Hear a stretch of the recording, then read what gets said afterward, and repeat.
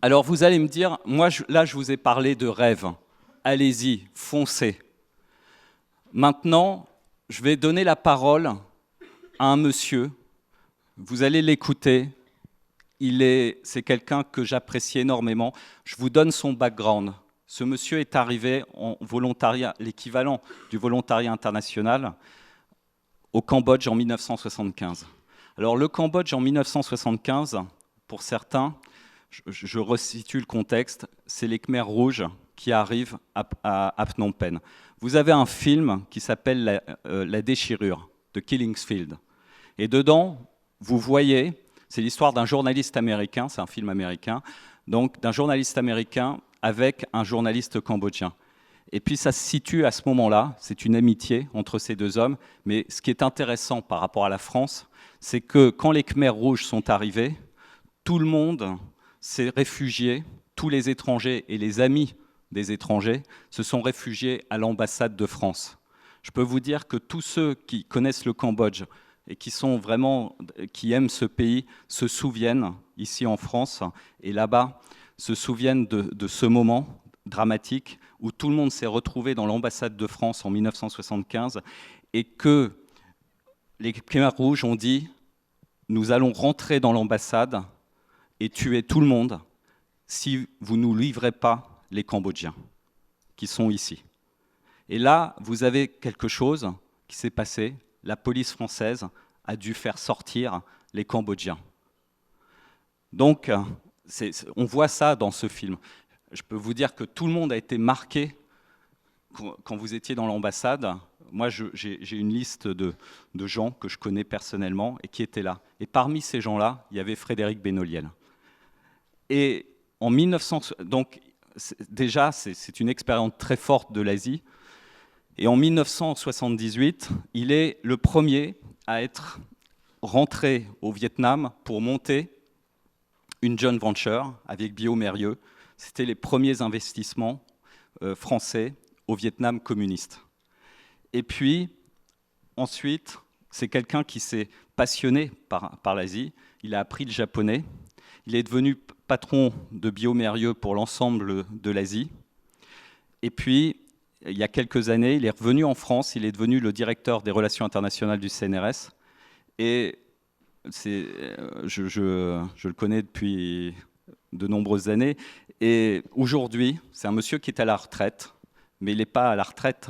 Il travaille au Japon. Il est patron d'une boîte automobile, d'un sous-traitant automobile au Japon. En gros, c'est un passionné de l'international, de cette Asie. Et ce qui est intéressant, c'est ce qu'il va vous dire à vous. Puisque je l'ai interviewé pour dire aux jeunes quel est le message qu'il a à transmettre aux jeunes. Alors voilà, je vais vous le faire écouter.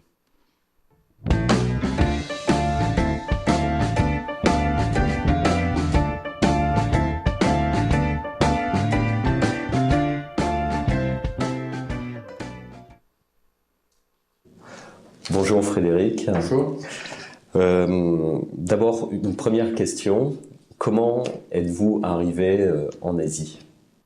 Pascal, bonjour. Merci de cette première question sur mes tout débuts, bien jeune homme, à l'étranger. Je suis parti en coopération, ce qui est devenu le VIE, lorsque mes études ont été terminées. J'ai voulu me rendre loin, dans une partie du monde qui m'intéressait déjà depuis très longtemps, qui était l'Asie.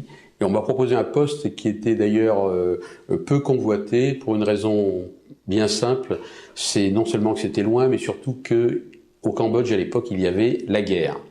Alors, est-ce que ça a suscité davantage de curiosité de ma part? Je ne le sais pas, mais en tout cas, c'est ainsi que je suis parti en coopération. J'y suis resté une année et que j'en suis rentré dans des conditions difficiles puisque j'ai été pris en otage lorsque les Khmers rouges sont arrivés à Phnom Penh.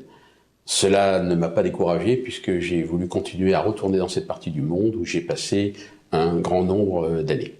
Voilà comment j'ai commencé dans cette région. Frédéric, quel conseil donneriez-vous aux jeunes qui vont faire un stage en Asie? Eh bien Pascal, je crois que dans la vie, la première chose pour changer de continent, pour changer d'environnement, c'est sûrement une nécessité d'être très curieux.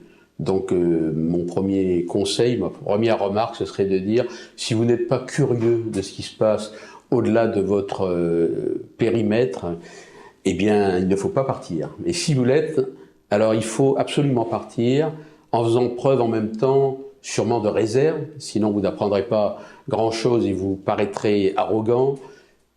Il faut aussi sûrement faire preuve d'humilité, ça va ensemble.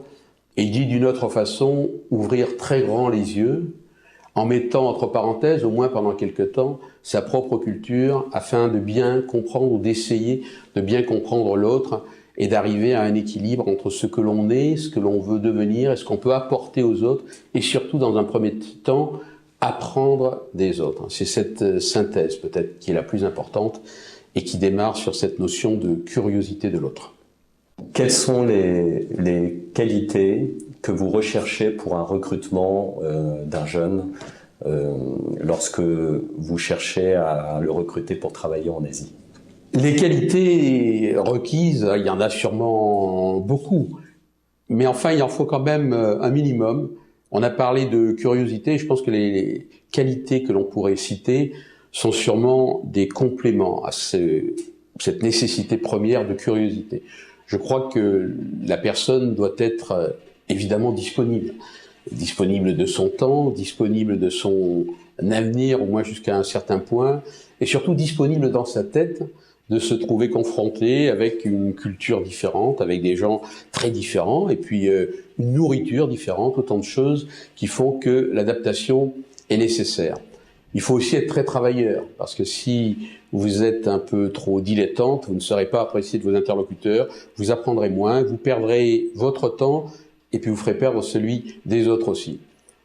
Une ouverture d'esprit, c'est évident, le moins possible d'a priori, et puis un désir tenace, quotidien, dès qu'on se lève le matin, avec le plaisir d'être ailleurs, de faire autre chose, d'apprendre autre chose, et bien un très grand désir à cultiver, d'apprendre. Et finalement, Frédéric, quel message souhaiteriez-vous adresser aux jeunes? La curiosité, Pascal, je crois que c'est aussi ce qui permet d'accepter beaucoup de choses. Et lorsqu'on, jeune coopérant ou jeune entrepreneur, ou quel que soit le vocabulaire utilisé, lorsque vous partez loin et que c'est un premier poste, eh bien il faut accepter l'inconfort. L'inconfort relatif au moins dans sa tête, souvent l'inconfort matériel, les premiers mois ou les premières années, et puis aussi cet inconfort spirituel, puisque nécessairement, vous allez perdre un certain nombre de repères, vous allez essayer d'en acquérir d'autres, vous allez vous casser la figure, vous tromper plusieurs fois, revenir, trébucher, mais il faut que vous acceptiez, parce que c'est un processus normal. C'est finalement accepter et l'apprécier, sinon ce serait trop difficile ou trop dur à vivre, accepter l'aventure, c'est une aventure. Partir, chercher un nouveau job, chercher un environnement différent pour une période, qu'elle soit courte ou longue, c'est nécessairement accepter et chercher l'aventure.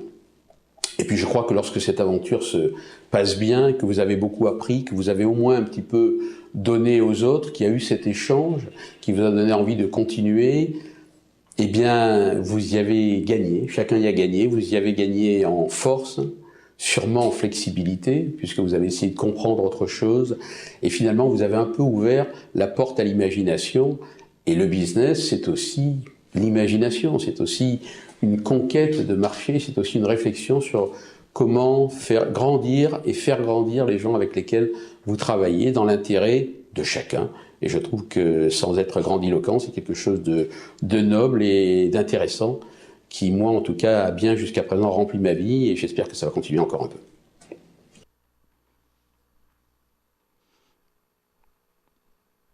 Voilà. Alors, je vais remettre le... Ce qui est très intéressant, c'est que vous avez entendu des qualités humaines, des choses qui sont, vous voyez, potentiellement partagées par nous tous. Moi, vous savez, quand j'envoie des gens à l'étranger, j'ai pas peur de la compétence quand j'ai un jeune. C'est pas ça qui me fait peur. Et quand mes collègues, des recruteurs asiatiques, vont accueillir un étranger, c'est pas ça non plus qui leur fait peur. Ce qui leur fait peur, c'est est-ce que vous allez être capable de vous intégrer? Est-ce que vous n'allez pas exploser en vol? Vous voyez? Vous voyez, il y a des films, il y a un film que j'aime beaucoup qui s'appelle The Internship, les stagiaires, où vous avez chez Google, et c'est deux personnes qui ont 40 ans et qui n'y connaissent rien à l'informatique et qui veulent, leur rêve c'est rentrer chez Google. Et puis, en fait, finalement, Google va les prendre parce que ce sont des liants, ce sont des facilitateurs, ce sont des gens qui sont positifs et qui créent, vous voyez, qui stimulent l'équipe.